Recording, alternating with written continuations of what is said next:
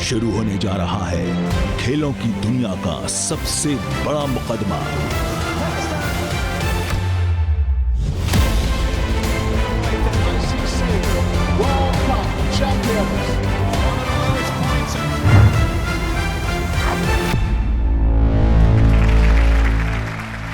सच कहना बेहतरीन पॉलिसी है, क्योंकि जब आप सच बोलते हैं तो आपको उसे याद नहीं रखना पड़ता।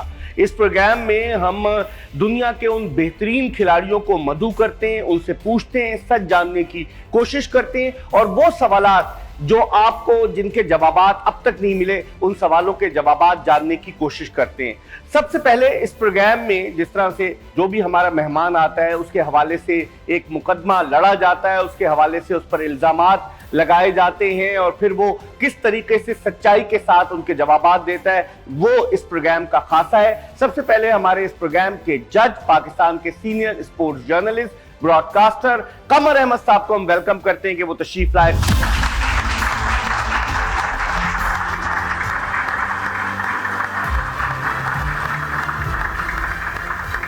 और अब इसके बाद वो मेहमान जो हमारे सामने वाले बॉक्स में हमारे सवालात के जवाब देंगे, वो किसी तारुफ के मोहताज नहीं। उन्होंने गालिबन सच्चाई की राह पर चलने में बहुत सारी मुश्किलात भी फेस की, लेकिन वो इन मुश्किलात से घबराए नहीं। अगरचे उनका क्रिकेट कैरियर सिर्फ 8 बरस तक महदूद रहा, वो ज्यादा अरसा क्रिकेट खेल सकते थे, लेकिन सच को सच कहने की आदत उन्हें क्रिकेट की दुनिया से दूर ले गई, लेकिन लोगों के दिलों में अब भी वो घर रखते हैं। मैं इनवाइट करूंगा हमारे आज के इस प्रोग्राम के मेहमान, former Pakistan cricket captain Aamir Sohail को। हम आमिर सुहेल से सवालात के सिलसिले का आगाज करते हैं। आमिर, सबसे पहले तो हम आपसे ये पूछना चाहेंगे, लाहौर और वहां आपने सारी क्रिकेट खेली, लेकिन बहुत कम लोगों को इस बात का इल्म है कि आपके वालिद का फिल्म इंडस्ट्री से ताल्लुक था। सैयद सुहेल अली, उन्होंने फिल्में प्रोड्यूस की, 2 बड़ी मशहूर फिल्में जो मुझे याद है, मिर्जा जट और चंद सजना, वो आपके वालिद ने प्रोड्यूस की। और उससे पहले आपके ताया, वो पाकिस्तान की दूसरी फिल्म हिचकोले जो थे उसको प्रोड्यूस कर चुके थे। ये एक ऐसे माहौल में कि जहां आपके सामने शोबिज थी, सब ग्लैमर था, क्रिकेट की तरफ आमिर सुहेल कैसे आ गया? देखिए, सबसे पहले तो ये कहूँगा कि फिल्म इंडस्ट्री का इतना ज़्यादा ताल्लुक नहीं था, सिनेमाज थे और मेरे वालिद साहब के मसूद परवेज साहब बहुत क्लोज फ्रेंड थे जो पाकिस्तान के बड़े मशहूर डायरेक्टर रहे हैं। तो उनकी रिक्वेस्ट के ऊपर उन्होंने फाइनेंसिंग की थी, लेकिन वो फुली इन्वॉल्व नहीं थे इस चीज़ में, थे लेकिन पूरी तरह इन्वॉल्व नहीं थे। उसमें यह था कि हमारा जो मेरा ताल्लुक था वो बिजनेस ओरिएंटेड फैमिली से था, लेकिन वालदा जो थी उनका एम्फेसिस पढ़ाई के ऊपर बहुत ज़्यादा था। और जब पढ़ाई की बात करते हैं, उस वक्त जो स्कूल्स थे वो उसमें आपको मैंडेटरी होता था कि आपने स्पोर्ट्स खेलनी है। स्पोर्ट्स के बगैर जो है वो आपकी जान नहीं छूटती थी, आपने पढ़ना भी है।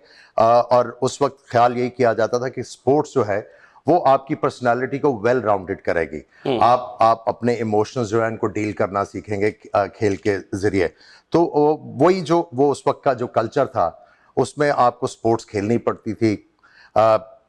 होता ये था कि जब कभी पाकिस्तान में हॉकी की टीम कोई तगड़ी आती थी जिसकी बहुत ज़्यादा एडवर्टाइज होता था, उस वक्त टीवी पे मैचेस आते थे, तो सारे हम लोग हॉकी खेलना शुरू कर देते थे। क्रिकेट आती थी तो क्रिकेट खेलना शुरू कर देते थे। सो इसी तरह जो है वो क्रिकेट की तरफ राग़िब हुए। और एक और चीज आमिर, लोग कहते हैं, मैं चाहता हूं कि आज बताना तो पड़ेगा, आमिर बता दें, बाज लोगों ने इसको बड़ा एक्सप्लॉइट किया, बड़ा हाईलाइट किया कि लाहौर सिटी क्रिकेट एसोसिएशन का एक मैच था, आमिर सुहेल उसमें सेलेक्ट नहीं हुए, रात को पिच खोद दी गई, मैच ही नहीं हो सका। वो आप पे इल्जाम लगाते हैं, आप इस इल्जाम का जवाब देखें। बात सिंपल सी है, वो बैन फिर उतर भी गया था क्योंकि उसमें मेरा कोई हाथ नहीं था। वो एक्चुअली हुआ यह था कि एक लाहौर की टीम में एक लड़का ऐसा आ गया जिसका नाम ही नहीं था और उसको खिलाया जा रहा था, जो डिजर्विंग प्लेयर था उसको बाहर बिठाया जा रहा था। और मैंने उनको कहा कि दिस इज नॉट राइट, ये ज्यादती कर रहे हैं आप एक लड़के के साथ, अगर आप इसको नहीं खिलाते मुझे भी ना खिलाएं। अब मुझे पता ही नहीं है, मैं तो असले से इतना ज्यादा डरता हूँ, मैं तो कभी वो बंदूक या कभी पिस्टल को हाथ ही नहीं लगाया, बल्ले को लेके। क्योंकि मेरे सामने एक मेरा दोस्त जो है उसको काफी ज़्यादा नुकसान हुआ था, उसके हाथ से गोली चली और किसी के दिमाग के ऊपर जाके लगी। और उसके बाद तो मेरा बिल्कुल इसकी तरफ जो है वो मुझे डर ही लगता था इन चीज़ों से। तो वो मुझे पता ही नहीं था कि ये सारा कुछ हो गया है और इन्होंने मेरे ऊपर डाल दिया। लेकिन इवेंचुअली सेंस प्रिवेल्ड और जब उनको पता लगा कि ये इसमें मेरा कोई ताल्लुक नहीं है, तो I was back in Lahore cities cricket team. आपने 1990 में अपना ओडीआई डेब्यू किया शारजा में, और टेस्ट मैच खेलने के लिए आपको 2 बरस इंतजार करना पड़ा।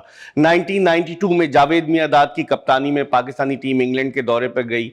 एडबास्टन बर्मिंघम में आपका डेब्यू हुआ, बारिश होती रही, वो मैच मुकम्मल नहीं हो सका। लेकिन अपने कैरियर के तीसरे ही टेस्ट मैच में ओल्ड ट्रैफर्ड मैनचेस्टर में आपने डबल सेंचुरी स्कोर की, 205 रन स्कोर किए। एक ऐसा खिलाड़ी जो पाकिस्तान की विकेटों पर खेल कर गया, और उसने इंग्लैंड में इस तरह की performance the. Were you expecting that?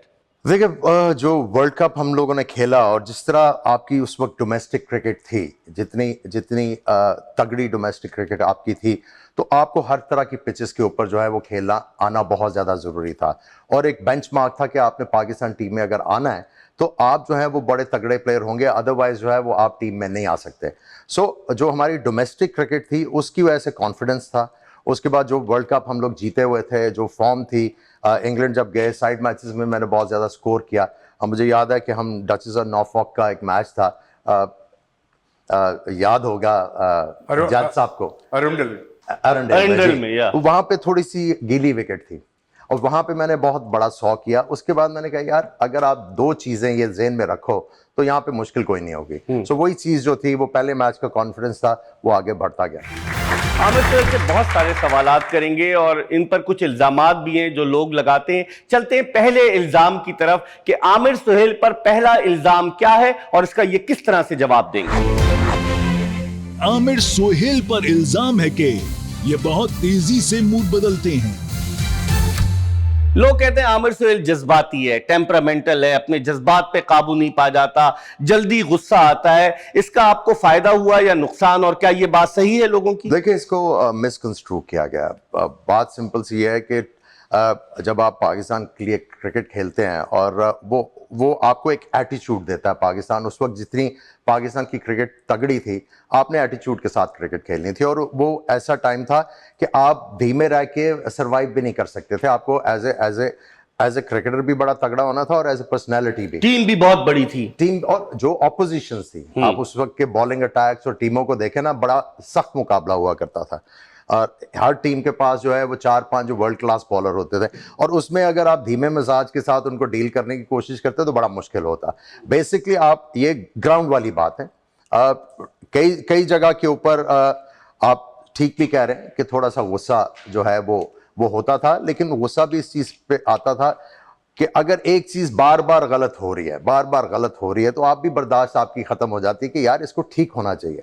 जब वो ठीक नहीं हो रही तो फिर आपको अपनी वॉइस जो है वो ऊंची करनी पड़ती है। आपका फेमस इंसिडेंट बड़ा मशहूर हुआ वेंकटेश प्रसाद के साथ, 96 का वर्ल्ड कप का क्वार्टर फाइनल। आखिरी लम्हे पर वसीम अकरम जो थे वो विड्रॉ हो गए, आमिर सुहेल कप्तानी कर रहा था, पाकिस्तान 109 for 1 था, 287 चेस करना था, और जिस अंदाज से आप बैटिंग कर रहे थे उस वक्त, आप समझते हैं कि ये जो लोग इल्जाम लगाते हैं कि टेम्परामेंटल है, उस वक्त जज्बात गालिब आ गए थे आमिर सुहेल पर? हुआ क्या था वेंकटेश प्रसाद? मैं उस डिटेल में नहीं जाना चाहूंगा, मैं सिर्फ इतना बताऊंगा कि जो उस वक्त चल रहा था, जो हीट ऑफ द मोमेंट नहीं, जो ग्राउंड के अंदर चल रहा था वो तो अलग चीज थी। जो ग्राउंड के बाहर पवेलियन में चल रहा था वो बहुत ज्यादा डिस्टर्बिंग था। और उसके बाद मैंने यही सोचा कि अगर मैं इसी तरह खेलता जाऊंगा, 20 ओवर तक चलता गया, तो हमारे से फिर जो मर्जी हो जाए, ये इनको शर्मो बेशर्मी मैच जीतना पड़ेगा। सही, इतना बड़ा फिर कोलैप्स नहीं हो सकता, क्योंकि 30 ओवर थे, आपको अगर 125 रन या 150 रन की जरूरत थी जीतने के लिए, तो फिर इनको करना पड़ता, क्योंकि बैटिंग लाइनअप बहुत लंबी थी। सो उसमें यह था कि बॉलर के साथ छेड़खानी हो रही थी, और मैं तो पहले गेंद से विकेट छोड़ के मार रहा था, और उसमें यह था कि एक मिस करना था और आउट होना था। उसमें यह था कि बॉलर को गुस्सा चढ़ाओ, वो बाउंसर मारे, जोर लगाने की कोशिश करे, उसमें बैट बॉल मिले। अब उसको वो बैठ के कह देना जी के, ये जिनको क्रिकेट की समझ नहीं है ना, ये वही बात करते हैं। और ये चीज हमने जावेद मियांदाद से सीखी हुई है। मुश्किल हालात हो तो जाके बॉलर को ना तंग करना शुरू करते हैं। बॉलर को तंग करना शुरू करो ताकि वो अपनी जो जॉब है उससे भूल के दूसरी जगह पे वो फोकस करना शुरू करते हैं। इरिटेट करो। सो वो कई दफा वो आपके हक में चला जाता है, कई दफा बैक फायर होता है, तो आपको ये चीजें तो एक्सेप्ट करनी पड़ेगी। एन वक्त पे वसीम अकरम जो थे वो विड्रॉ हो गए। एवरीवन वाज एक्सपेक्टिंग कि ये जबरदस्त क्वार्टर फाइनल है, पाकिस्तान ऑल आउट जाएगा। उस वक्त जब आप टॉस के लिए जा रहे थे, क्या था जहन में भारत के खिलाफ क्वार्टर फाइनल, चिन्ना स्वामी स्टेडियम बेंगलोर, तमाशाइयों से खचाखच भरा हुआ, प्रेशर था, कुछ था जहन में? नहीं, प्रेशर तो नहीं था। देखें, जो भी कॉन्फिडेंट प्लेयर होगा ये चीज़ तो एंजॉय करेगा। जितना भी टफ कंपटीशन आता है वो आपका टेस्ट होता है एज ए प्लेयर। तो मैं तो इस चीज़ को हमेशा से एंजॉय करता था। तो वो प्रेशर मेरे ऊपर कोई नहीं था, टीम के ऊपर थोड़ा सा था, क्योंकि वसीम अकरम एक बड़ा नाम था। लास्ट मोमेंट पे उनका बाहर जाना वो काफ़ी ज़्यादा जो डीमोरलाइजिंग था प्लेयर्स के ऊपर। प्लस वो आखिरी ओवर करते आ रहे थे और हमारे पास आखिरी ओवर्स में वकार यूनुस की उस वक्त इतनी पेस नहीं थी कि वो यॉर्कर मार के वो वाले यॉर्कर प्रोड्यूस करें जिससे आप थ्रेट करें बैट्समैनों को। तो वो जो चीज थी, हमारी गेम पूरी कंट्रोल में थी। बैटिंग में भी कंट्रोल में थी, बॉलिंग में भी कंट्रोल में थी। बेसिकली आप आखिरी ओवर में 3-4 ओवर में आपके खिलाफ जो स्कोर हुआ उसके ऊपर जो है वो आपके मैच थोड़ा सा हाथ से निकला, लेकिन फिर रिकवर हो गया था। लेकिन अनफॉर्चुनेटली मैं ये कहूंगा हमने वो मैच नहीं जीतना था, नहीं जीते, खत्म होगी। रात को आपको पता था कि आप सुबह कप्तानी कर रहे हैं, वसीम अकरम नहीं खेल रहे? नहीं, बिल्कुल मुझे इस चीज का पता चला था कि वो नहीं खेल रहे। तो मैंने सलीम यूसुफ को, पाकिस्तान के लेजेंडरी विकेट कीपर, उनको फोन किया। वो हमारे असिस्टेंट मैनेजर थे। मैंने कहा मुझे ये खबरें आ रही हैं। फिर हम लोग इंतखाब आलम साहब के पास गए कि अगर ये वाली चीज है तो अभी एक टीम मीटिंग जो है वो कॉल करें, और कल की, अगर वसीम अकरम नहीं खेलता तो कल के लिए हमें जो है वो प्लानिंग करनी चाहिए। वसीम नहीं होगा तो हम किस तरह आखिरी ओवर्स को डील करेंगे। लेकिन वहां पे वसीम अकरम ने कहा नहीं, मैं तो बिल्कुल मैच खेलूंगा, इसकी कोई जरूरत नहीं। और मैं आपको बता रहा हूं कि उस वक्त मैंने ये डिसाइड किया था कि अगर वसीम अकरम नहीं खेलेंगे तो मैं अपनी बजाय I offer the captaincy to Javed Miandad out of respect. हो सकता है ये उनका आखिरी मैच हो। सो ये भी डिसाइड हुआ था सलीम यूसुफ और मैंने यही डिसाइड किया था कि एक बंदा जिसने पाकिस्तान को इतना सर्व किया हुआ है, अब मेरे लिए मुश्किल ये होगी जब लास्ट मोमेंट के ऊपर उन्होंने कहा कि वसीम अकरम पुल आउट कर रहा है। अब मेरे ऊपर आ गया चैलेंज कि यार अगर मैं कप्तानी नहीं करूंगा, ये कहेंगे ये यार देखो इतने बड़े मैच में चिकन आउट कर गया। वो मैं बहुत बुरा फंसा उस मैच में। ये हम लोगों ने कहा था, लेकिन उन्होंने कहा कि मैं खेलूंगा। लेकिन लास्ट मोमेंट के ऊपर जो भी हुआ। लेकिन एक और चीज, आपने जावेद मियांदाद का जिक्र किया। लोग कहते हैं कि जावेद मियांदाद उस मैच में थर्ड मैन पोजीशन पर फील्डिंग कर रहे थे, कोई उनका इनपुट नहीं था। क्या ये ऊपर से इंस्ट्रक्शन थी या ये आमिर सोहेल का डिसीजन था? इनपुट की नहीं थी। देखिए मैं आपको आज सच्ची बात बताता हूं जी, कि जब आप एज ए कैप्टन होते हैं तो आपको बहुत ज्यादा इंफॉर्मेशन की जरूरत नहीं है। क्योंकि अगर मेरे दिमाग, जब मुझे कैप्टनसी मिली थी, मैंने भी थोड़ा बहुत सोचा हुआ था करना है क्या नहीं करना। अब उसमें यह था कि बहुत ज्यादा एडवाइस आ रही थी मुझे, जिस चीज के ऊपर जो बहुत ज्यादा, जो थोड़ा सा गुस्सा भी चढ़ा था और थोड़ा सा इरिटेट हुआ कि वकार यूनुस ने 5 गेंद किए हुए थे एक ओवर में और बड़ा अच्छा ओवर कर रहा था, और 2 जगह से, मैं अब नाम नहीं लूंगा, 2 जगह से आवाज आई सेकंड स्लिप रिमूव कर दो, सेकंड स्लिप। अब मैं बेसिकली कैप्टन जो था थोड़ा सा अटैकिंग कैप्टन था। मैं बिलीव करता था विकेटें मिलेंगी तो आप मैच में अंदर रहोगे, रन्स रोकने के चक्कर में जाओगे तो आपको और ज्यादा मार पड़ेगी। अच्छा, मैंने स्लिप रिमूव की, एज लगा और सीधा जिस जगह सेकंड स्लिप थी वहां से गेंद गुजरा और चौका हो गया। अब उसके बाद 1-2 और एपिसोड हुए। मैंने कहा यार ये तो फिर मैं सारा दिन कंफ्यूज रहूंगा। अब खुद कंट्रोल करना, और उसमें यह है कि अगर कोई मिड ऑफ के ऊपर फील्ड कर रहा है या कोई मिड ऑन के ऊपर फील्ड कर रहा है, जब ओवर चेंज होगा तो ऑब्वियसली जो क्रिकेट में होता है वो बंदा थर्ड मैन पे जाएगा। अच्छा, हमें एक और चीज है कि 96 के वर्ल्ड कप का क्वार्टर फाइनल, हम लोग फेवरेट थे, 92 का वर्ल्ड कप जीत कर आए हुए थे, क्वार्टर फाइनल हारे, पाकिस्तान में सोग का सा समा था। एज अ कैप्टन कितना अफसोस हुआ आपको और टीम को? देखिए, अफसोस मुझे एज ए कैप्टन नहीं, एज ए प्लेयर बहुत ज्यादा हुआ, क्योंकि उस वक्त हमारी टीम जो थी बहुत तगड़ी टीम थी। हमारी टीम में हर तरह का जो था वो स्किल लेवल था। उसमें आप देखें कि आपके पास वर्ल्ड क्लास स्पिनर्स थे, वर्ल्ड क्लास बॉलिंग अटैक था, उसके बाद आपके पास batting, world class wicket keeper था राशिद लतीफ में। सो वो आपकी ऐसी टीम थी और कंडीशंस जो थी वो आपको सूट कर रही थी। आपको वो वर्ल्ड कप जीतना चाहिए था। वो वर्ल्ड कप पाकिस्तान के हिस्से में आना चाहिए था। अनफॉर्चुनेटली जो भी हुआ उसका दुख था कि ये हमारा वर्ल्ड कप जो है इन रो सेकंड होना चाहिए था जिस तरह की टीम थी। क्योंकि फिर उसके बाद सेमीफाइनल में भारत श्रीलंका से हार गया और फिर श्रीलंका फाइनल में पहुंचा और एवेंचुअली वो वर्ल्ड कप जीत गया। एक और चीज आमिर, टेम्परामेंटल के हवाले से मैं आगे चलूंगा।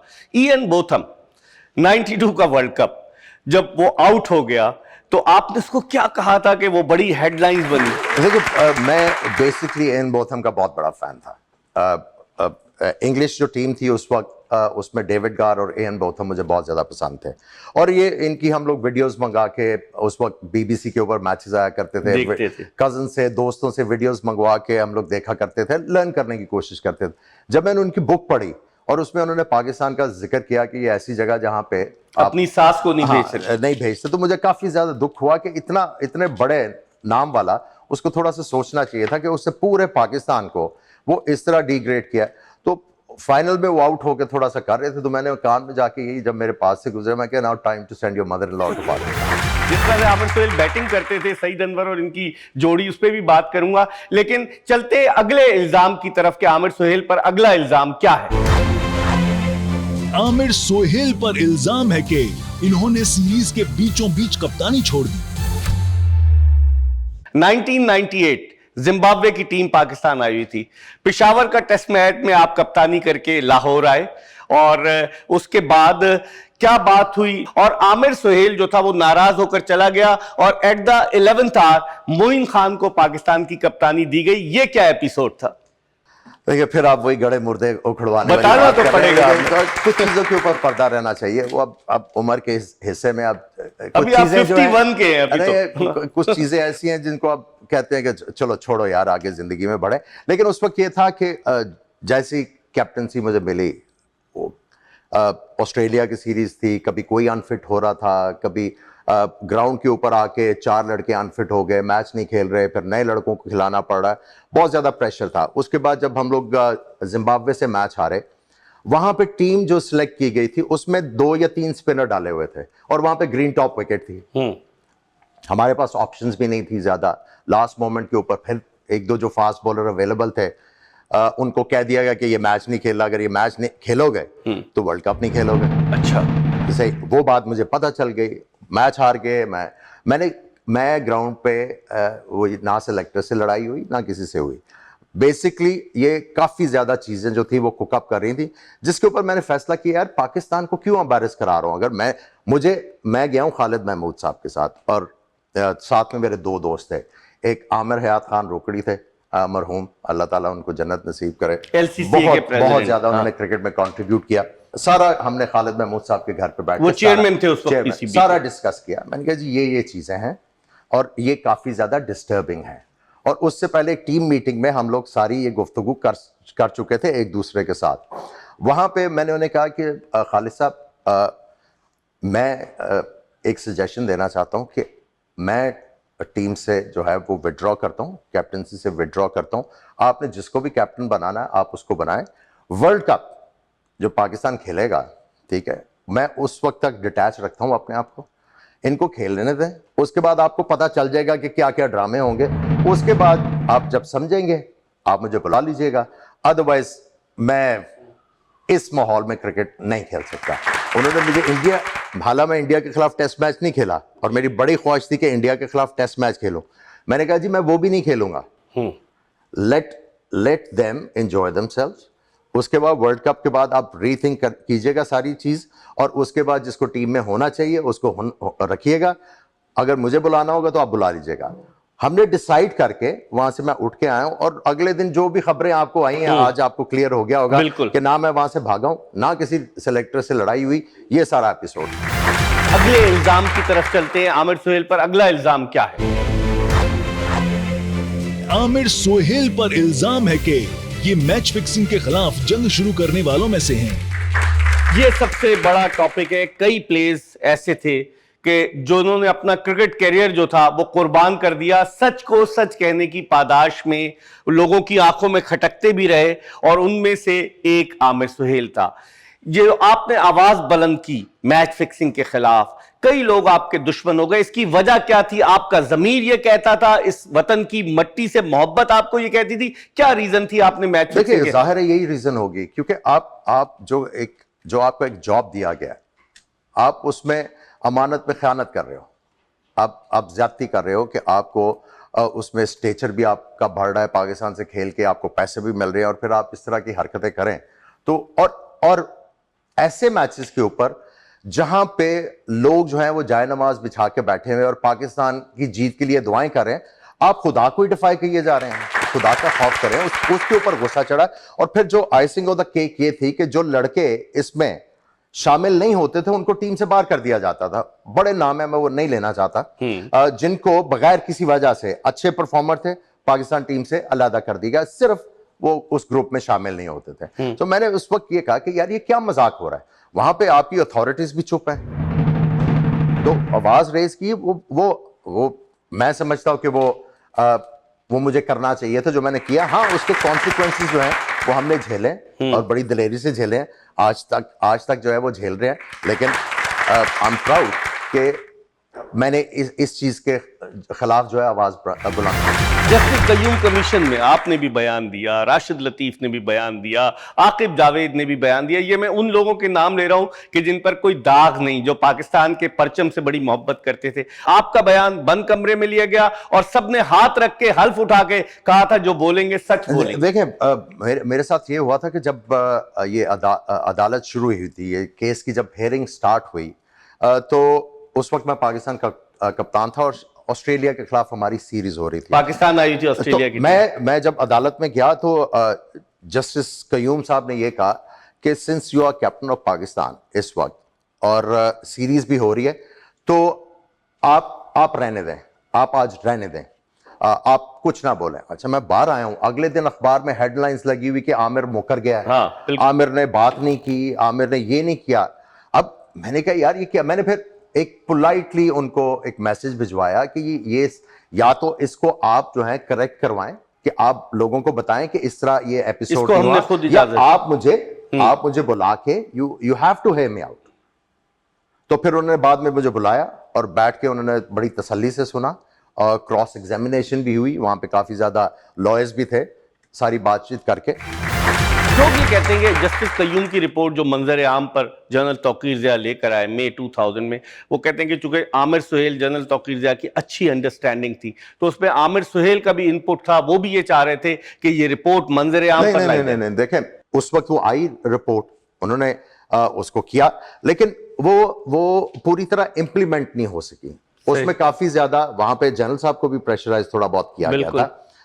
ये एक चीज कर दी गई थी, अगर इन प्लेयरों को बैन किया गया तो आपकी टीम ही ना बैन कर दी जाए। इसीलिए जो सजाएं हैं वो इतनी ज्यादा जो एक्चुअली थी वो दिखाई नहीं गई। अच्छा, वो दिखाई नहीं गई। तो क्या प्लेयर्स आपसे नाराज हुए, ताल्लुकात खराब हुए? क्योंकि आपके बारे में तो लोग कहते हैं कि आमिर सुहेल जो है बिल्कुल, बाद लोग तो देसी उर्दू में कहते हैं मुंह फट, बिल्कुल सच बोलता है। तो प्लेयर्स नाराज हुए आपसे? देखिए, बात यह है कि नाराजगी होनी चाहिए, क्यों नहीं होनी चाहिए, लेकिन एंड ऑफ द डे देखिए, आप एक जॉब कर रहे हैं। अगर मैं सिलेक्ट हुआ हूं, देख, जब मैं कप्तान था तो मैंने सलीम मलिक को टीम में वापस लेके आया था।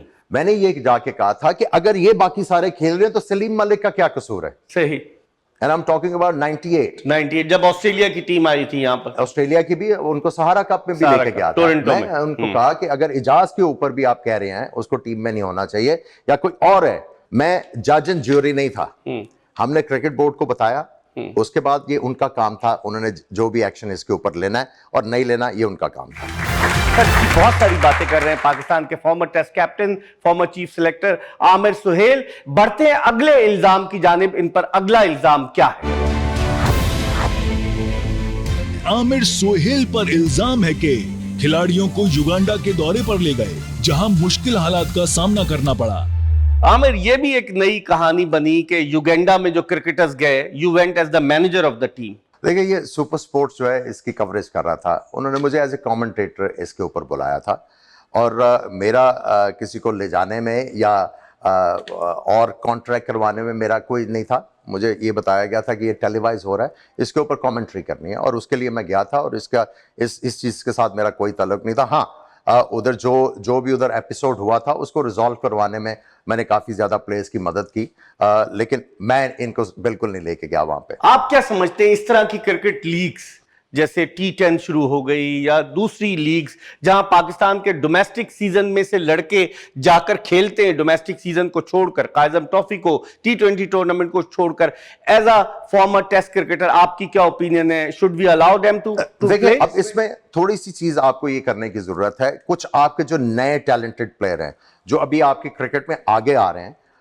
उनको एक्सपोजर के लिए भेजा जा रहा है और ज्यादातर जो रिटायर्ड प्लेयर्स हैं वही जाके खेल रहे हैं। सो अगर ये वाला अच्छा मिक्स कर लें तो मेरा ख्याल है अगर क्रिकेट जो है वो उसको फ्लरिश करने की बात हो रही है तो इसमें कोई बात नहीं। लेकिन इसमें गारंटीज और जो चीज है वो बड़ी बड़ी प्रॉपर प्लानिंग के साथ होनी चाहिए। अगर प्रॉपरली प्लान्ड है, आईसीसी से सैंक्शनड है, गारंटीज वहां पे मौजूद हैं, तो इसमें कोई कबाहत नहीं है। हां, जहां पे पाकिस्तान क्रिकेट को नुकसान पहुंचने की बात है या पाकिस्तान क्रिकेट जो है वो हैम्पर होगी, वहां पे आपको 2 दफा सोचना होगा। लेकिन आपने आवाज बुलंद की मैच फिक्सिंग के खिलाफ। इस तरह की जो लीग्स हो रही हैं, इवन भारत की लीग या Bangladesh premier league, Pakistan super league, तो इस तरह के वाकयात तो इनमें सामने आए। आप नहीं समझते इससे फिर और एनकरेजमेंट होती है उन अनासिर की जो चाहते हैं कि क्रिकेट में इन्वॉल्व हो? देखिए, अगर आप इन चीजों की वजह से आप क्रिकेट नहीं होने दोगे तो फिर तो इसका मतलब है कि जो आपका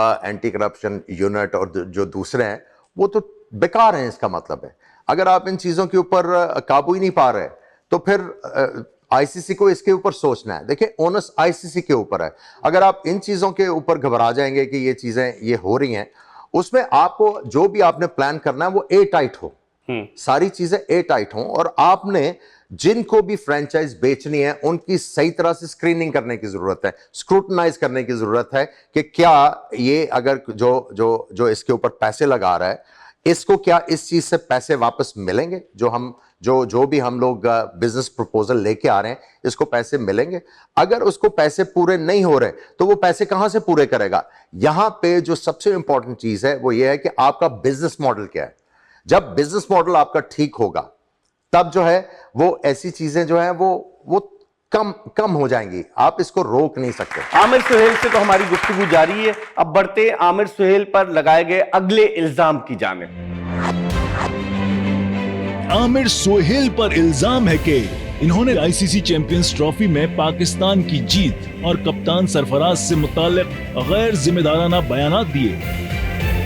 ये क्या हुआ आमिर? ये कंट्रोवर्सी बड़ी क्रिएट कर दी गई। पाकिस्तान जीता चैंपियंस ट्रॉफी में, लेकिन आमिर सुहेल को, जिसको बाद में आपने क्लैरिफाई भी किया, क्या हुआ क्या था? जज्बात थे या गलत इंफॉर्मेशन थी? देखिए, बात यह है कि उस वक्त मैंने ये बात की कि आपको जितवाया जा रहा है, जिसको लोगों ने पकड़ लिया। नहीं, ठहर जाए। बात यह है कि लोगों को एक चीज की समझ नहीं है, वो ये नहीं है कि भाई क्रिकेट जो है वो सिर्फ ऑन द फील्ड नहीं है, इसमें बहुत ज्यादा चीजें इन्वॉल्व हैं। फाइनेंशियल एस्पेक्ट इन्वॉल्व है, ब्रॉडकास्टर इसमें इन्वॉल्व है, उसने भी पैसे बनाने हैं, उसने भी अगर बिलियंस ऑफ डॉलर्स देने हैं तो उन्होंने वापस भी लेने हैं। उसके बाद आप एक चीज को मत भूलिए, इसके साथ बुकीज भी इन्वॉल्व है। अब जब ये टूर्नामेंट शुरू हुआ तो यहां पे कौन फेवरेट था जी? कुछ सोच सकता था कि 3 सब कॉन्टिनेंट की टीमें आएंगी? कोई सोच सकता था? नहीं। इंग्लैंड में टूर्नामेंट हो रहा है और 3 सब कॉन्टिनेंट की टीमें आ जाएं। वजह क्या थी? प्लेइंग कंडीशन आपको बता रही थी कि यहां पे यूज्ड पिचेस, जो हर मैच, इससे पहले मैच में यूज हो चुकी है पिच, उसके ऊपर भी अगला मैच होगा, वो चेंज नहीं होनी। तो जैसे जैसे यूज पिचेस के ऊपर मैचेस होंगे वो खुरदरी होती जाएंगी, स्लो होती जाएंगी, और वो पाकिस्तान को एडवांटेज दे रही है। सही। अब सारी चीजें करने के बाद जब मैंने कहा ये कि आपको लाने के लिए सारा कुछ ये किया जा रहा है, ये प्लेइंग कंडीशंस भी हैं और हर चीज है, अब उसमें आप मुझे ये बताएं किसको फायदा हुआ? पाकिस्तान को। पाकिस्तान तो हुआ है। पाकिस्तान से फायदा किसने उठाया? पाकिस्तान से फायदा उठाया पाकिस्तान और इंडिया के मैच से ब्रॉडकास्टर पूरी दुनिया में। पहले जो मैच पाकिस्तान का और इंडिया का हुआ उसके ऊपर जो 10 या 15 सेकंड का, मैं अब प्रॉपर फिगर आपको नहीं, मैं आपको फिगरेटिवली बता रहा हूं कि अगर वो 10 लाख का था और फाइनल में वो चला गया 60 लाख के ऊपर। इसके ऊपर ट्वीट्स भी फॉर्मर कैप्टन ने किए कि आज तो सबकी चांदी है ब्रॉडकास्टर्स की हर जगह पे, और दूसरे लोगों की, वो मैं नहीं कहना चाहता कि आज चांदी है। अब ये सारे फैक्टर्स आपको रखने हैं सामने, फिर आपने कमेंट करने हैं। अब उसमें एक चैनल जो था वो पीछे पड़ गया मेरे, वो भी मुझे पता है किसके कहने के ऊपर पड़ा। अच्छा। वो एक गलत मुझे गलत क्वेश्चन किया गया। एक जो रिपोर्टर है उसका काम यह है कि उसने वो वाला क्वेश्चन करना है जिसमें सच्चाई का एलिमेंट है। इसमें सच्चाई का एलिमेंट नहीं था। बाद में मुझे पता चला कि सरफराज ने ऐसी कोई बात नहीं। मैं उस प्रेस कॉन्फ्रेंस में था, वहां ऐसी कोई बात नहीं हुई। मैंने खुद उससे अपोलोजाइज किया। मैंने उसको मैसेज लिखा कि मुझे ये चीज का नहीं पता था। टाइम विल टेल कि जो मैंने कहा है वो सच साबित होगा। आपके सामने अभी आपको नजर आएगा। अभी ठहर जाएं। ठीक है। हाँ, आप जब कैरियर के शुरू में लेफ्ट आर्म स्पिन भी किया करते थे, फिर क्या वजह है आमिर सुहेल ने पूरी तवज्जो जो थी वो सिर्फ ओपनिंग बैटिंग पर दे दी? एक तो शोल्डर इंजरी थी, वो काफी ज्यादा जो है प्रोलॉन्ग करके, और उसी पीरियड में जो है वो मैंने बहुत ज्यादा बैटिंग के ऊपर कंसंट्रेट करना शुरू किया। उसके बाद जावेद मियांदाद ही मुझे वापस बॉलिंग में लेके आए थे। उन्होंने जो है वो एक मैच था हमारा रावलपिंडी के साथ विल्स कप का, तो उसमें हम लोग आउट हो गए बहुत जल्दी। बहुत ज़्यादा टर्निंग विकेट थी, हम मैच हार रहे थे। कुछ मेरा ख्याल है 6 विकेटें बाकी थी, तो सारे बॉलर यूज़ कर लिए, वो नहीं हो रहा था। तो वाटर के ऊपर मैंने जावेद भाई को कहा सबको आपने ट्राई कर लिया, मुझे भी बॉलिंग दें, शायद तुक्का लग ही जाए। तो उसमें मैंने आउट कर दिए और हम मैच जीत गए। तो उसके बाद नेक्स्ट हमारा जो तगड़ा मैच था वो था यूबीएल के खिलाफ सेमीफाइनल। उन्होंने मुझे दायरे में पावर प्ले में बॉलिंग करा दी और उन्होंने मुझे इतना कॉन्फिडेंस दिया कि नहीं तुम कर सकते हो, तुम अपनी बॉलिंग को सीरियस। अब चलते हैं आमिर सुहेल पर अगले इल्जाम की तरफ। आमिर सुहेल पर इल्जाम है कि ये कामयाब सियासतदान बन सके। ये क्या है? 2011 में आपने पाकिस्तान मुस्लिम लीग नवाज को ज्वाइन किया और कुछ ही अरसे के बाद सियासत से क्या आप दिल बर्दाश्ता हो गए? वजह क्या हुई? देखिए, मैं वो सियासत में आने के लिए नहीं गया था। बेसिकली मुझे जो कहा गया था कि स्पोर्ट्स को किस तरह इंप्रूव करना चाहिए, और उसमें मैंने अपना पार्ट प्ले किया। पॉलिटिक्स में भाई किस तरह सर्वाइव कर सकता हूं मैं पॉलिटिक्स में? देखिए, पॉलिटिक्स में आने के लिए आपके पास वाफर मिकदार में पैसा होना चाहिए। आप एम इलेक्शन नहीं जीत सकते भाई। मेरी बड़ी हार्ड अर्न्ड मनी है, मैं उसको इस तरह करके जाया नहीं करना चाहता, और मैं ये इलेक्शन के ऊपर पैसे लगा के वो वाले पैसे भी नहीं कमाना चाहता। एक और चीज है कि कहते हैं आमिर सुहेल में कंसिस्टेंसी नहीं थी। मतलब आपने कमेंट्री की, बांग्लादेश भी गए मुख्तलिफ चैनल्स के लिए, लेकिन जिस तरह दीगर आपके जो साबिक क्रिकेटर्स हैं, चाहे वो रमीज राजा हो चाहे वसीम अकरम हो, वो परमानेंट कमेंटेटर नजर आए। आमिर सुहेल पैचेस में नजर आए। नहीं, पैचेस में उसकी वजह है कि कुछ लोग मुझे कमेंट्री नहीं करने देना चाहते हैं। अच्छा, कि उसकी वजह यह है कि मैं बात करता हूं टेक्निक की। जब टेक्निक की बात आती है तो कुछ लोग पैदल हो जाते हैं, फिर वो मुझे बर्दाश्त नहीं करते। फिर क्रिकेट बोर्ड जो है वो ही वो करता है नाम अप्रूव, तो मेरा तो नाम सबसे पहले काटा जाता है।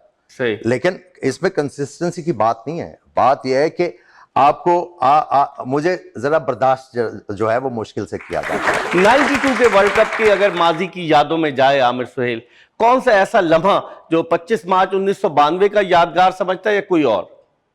ऑब्वियसली वही होगा, फाइनल जीता है। वर्ल्ड कप बहुत बड़ी चीज थी जी, और जिस तरीके से हमें शुरू में मार पड़ रही थी, उसके बाद वो जीतना मिरेकल ही था मेरे ख्याल में। तो आज भी वो बड़ा प्राउड मोमेंट है जी। जब याद आता है तो बंदा प्राउड तो फील करता है। इतने कप्तानों की कप्तानी में आप खेले, कौन सा ऐसा कप्तान था जिसके साथ आप अपने आप को बड़ा कंफर्टेबल फील करते थे? इमरान खान बहुत जबरदस्त कप्तान थे। जावेद मियांदाद, उनको पता था कि प्लेयर से लेना किस तरह है। जावेद मियांदाद थे। लेकिन जो सबसे मुश्किल हालात में कैप्टनसी की सलीम मलिक ने, मेरा ख्याल है कि मेरे जो नंबर 1 कैप्टन हैं पाकिस्तान की हिस्ट्री के, वो सलीम मलिक ने। अच्छा, आप 93 की जो वसीम अकरम के खिलाफ रिवॉल्ट हुआ, उसमें आमिर सुहेल का कोई रोल था? मेरा रोल ये था जी कि मैं उसमें सब सारे थे जो तो मुझे भी जाके बैठना पड़ा उसमें। लेकिन मैंने क्वाइटली जाके आरिफ अब्बासी साहब से, जावेद बरकी साहब थे, और मरहूम थे जो हमारे क्रिकेट बोर्ड के चेयरमैन भी रहे, डॉक्टर जफर अल्ताफ साहब, उनको मैंने जाके कहा कि इसको रिजॉल्व करवाएं। अगर जो प्लेयरों की रिजेंटमेंट्स हैं वसीम के बारे में, अगर वो उसको एड्रेस कर सकता है तो ठीक है। अगर वो एड्रेस नहीं कर सकता तो then you think about something else. लेकिन कोशिश करें कि ये मामला जो है सही तरीके से ये हल हो जाए, क्योंकि इसमें जो है नाम तो पाकिस्तान का ही खराब हो रहा है। 92 का वर्ल्ड कप जीतने के बाद बाज खिलाड़ियों की ये राय थी कि इमरान खान इस वर्ल्ड कप को अपने कैंसर हॉस्पिटल की तामीर के लिए इस्तेमाल कर रहे हैं। बाज खिलाड़ियों ने, मैं नाम नहीं लूंगा, कहा भी, अपने एतराजात भी किए, अपने तहफ्फुजात का भी इजहार किया। आमिर सुहेल की क्या ओपिनियन थी? देखिए, बात यह है कि जब वर्ल्ड कप जीते तो उन्होंने वर्ल्ड कप जीतने के बाद स्पीच में कहा कि मेरा ये एक ड्रीम था। अब मुझे लग रहा है वर्ल्ड कप जीतने के बाद ये हॉस्पिटल वाला मिच्योर होता वो मुझे नजर आ रहा है। अगर उसमें कोई भी प्लेयर कंट्रीब्यूट कर रहा है, अगर चलें मेरे हिस्से में अगर लाख है तो उसमें मुझे 60 मिल रहा है, तो मुझे कोई कंप्लेन नहीं होनी चाहिए थी। सही, मेरा ख्याल है एक बहुत बड़ी कॉज थी।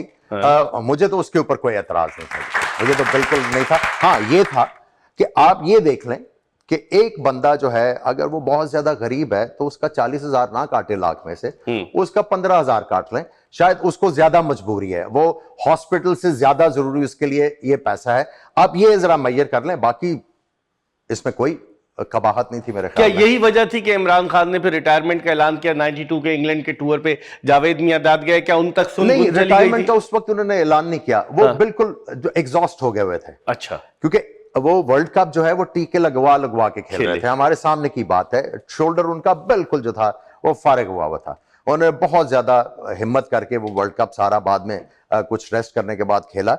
उसके बाद उनकी फिटनेस नहीं थी, मेरा ख्याल है शोल्डर भी उनका फ्रीज हुआ था, तो उन्होंने बैकआउट किया इस रेस्ट करने के लिए इंग्लैंड टूर के।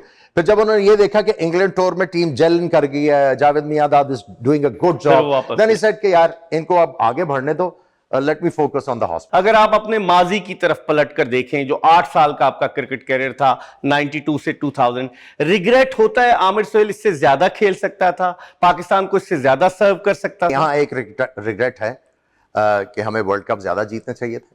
आज भी हम लोग सिर्फ एक वर्ल्ड कप जीते हुए हैं। हमें 96 का भी जीतना चाहिए था, 99 का भी जीतना चाहिए था। उस चीज का अफसोस है, और इंडिया के खिलाफ टेस्ट मैच ना खेलने का अफसोस है। बाकी वनडे तो आप इंडिया के खिलाफ खेले, टेस्ट मैच नहीं खेले आप, उसका अफसोस रहेगा। उसका अफसोस रहेगा। कितने बॉलर्स का आपने सामना किया, कौन सा ऐसा बॉलर था जो आमिर सोहेल को लगा कि बड़ा खतरनाक है, या जिसको खेलते हुए एक थोड़ा सा डबल माइंड होते थे, जहन में खुद का होता? हमारे एरिया में काफी बॉलर्स थे जी, बहुत बड़े नाम थे, लेकिन जो सबसे ज्यादा परेशान करने वाला बॉलर था, एक तो ग्लेन मैकग्रा थे, लेकिन कॉर्टनी वॉल्श।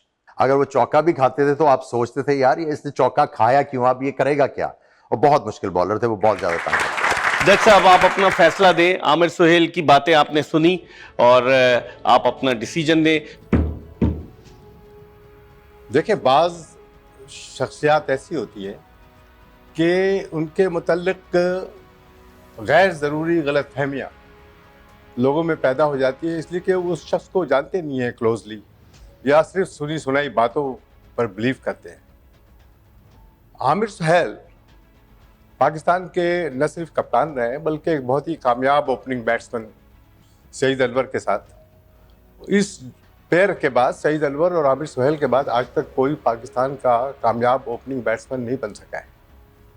आमिर सोहेल जिन लोगों को इनके मुतल्लिक शकूक व शुबहात रहे हैं मुख्तलिफ अदवार में, कि ये जैसे इल्ज़ाम लगाया फाजिल वकील ने कि ये टेम्परामेंटल, लोग कहते हैं ये he is an angry man, ये सारी चीज़ें जब बाज़ार में आती हैं तो लोगों को अजीब अजीब ख्यालात आते हैं ऐसे खिलाड़ियों, ऐसे स्टार, ऐसे क्रिकेटर्स के बारे में। लेकिन जब वो शख्स खुद सामने आकर हर चीज़ को बयान कर रहा हो तो हकीकत फिर सामने आती है। फिर वो कहानी नहीं रहती, वो फसाना नहीं रहता, वो हकीकत बनकर सामने आती है। आमिर सोहेल एक ऐसे कैरेक्टर हैं कि जिनकी वजह से लोगों को बहुत सारी गलतफहमियां रही हैं। वो आज इस कटहरे में बैठकर बहुत ही ऑनेस्टी से इन्होंने हर चीज़ पर रोशनी डाली है। इन्होंने न सिर्फ पाकिस्तान क्रिकेट बोर्ड के बारे में, पाकिस्तान के खिलाड़ियों के बारे में, अपने कलीग्स के बारे में और भारत के खिलाड़ियों से ताल्लुकात के बारे में, भारत से सीरीज़ खेलने के बारे में, हर चीज़ पर रोशनी डालते हुए मैं समझता हूँ कि जो कुछ भी इन्होंने कहा है सच का है। असल में हकीकत और अवेयरनेस को सामने लाने के लिए ये अदालत है और लोगों की इंफॉर्मेशन को बढ़ाने के लिए।